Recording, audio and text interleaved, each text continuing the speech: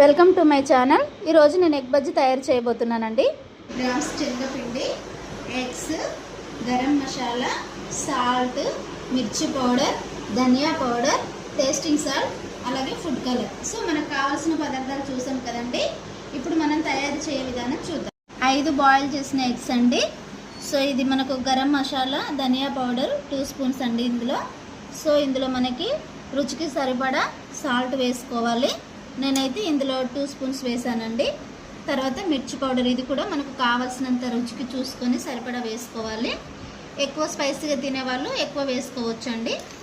తర్వాత అది మీకు తక్కువ కావాలంటే తక్కువ కూడా వేసుకోవచ్చు. నెక్స్ట్ వచ్చేసి దీనిలో టేస్టింగ్ సాల్ట్ వేసుకోవాలండి 1/2 స్పూను. తర్వాత ఇందులో ఫుడ్ కలర్ కూడా యాడ్ చేస్తున్నాను. ఇది ఇష్టం ఉన్న వాళ్ళు వేసుకోవచ్చు, లేదంటే దీన్ని స్కిప్ చేయొచ్చు అండి. మనకు కలర్ కోసం, కొంచెం కలర్ కాంబినేషన్ కోసం అని చెప్పేసి వేసాను. నెక్స్ట్ ఇదంతా మనకు కలిపేసి ఎలా తయారు చేస్తున్నాను అనేది మీకు చూపిస్తానండి. ఇందాక మీకు చెప్పాను కదండి. సో మనకు వాటర్ ఇలా కొంచెం కొంచెం కలుపుకుంటూ ఇలా పిండి మొత్తం అనేది మనం కలపాలండి. ఉండలు లేకుండా, ముద్దలుగా లేకుండా, మనకి లూజుగా జారేలాగా కొంచెం మనకి వచ్చేసి మిర్చి బజ్జీకి వేస్తాం కదండి, ఆ విధంగా మిర్చి బజ్జీ స్టైల్ వచ్చేదాకా మనం పిండి అనేది కలుపుతూ ఉండాలి.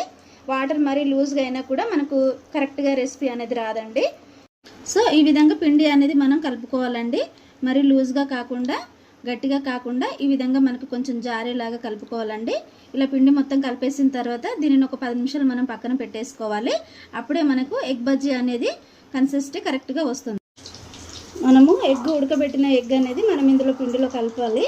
ఇలాగ నిండుగా మొత్తం కలిపేయాలండి. దీనికి గ్యాప్ అనేది ఉండకూడదు ఎక్కడ కూడా. సో ఇలా కలిపేసిన తర్వాత మనం దీన్ని ఆయిల్లో ఇలా మెల్లగా జారబెడచాలి అండి. ఈ విధంగా ఇలా వేసుకోవాలి మనము. సో చూడండి ఎంత బాగా వచ్చాయో.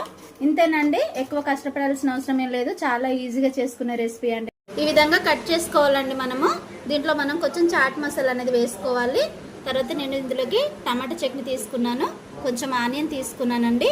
మీకు నచ్చితే ఎలా ఉందో చెప్పండి, కామెంట్ చేయండి, లైక్ చేయండి, సబ్స్క్రైబ్ టు అవర్ ఛానల్.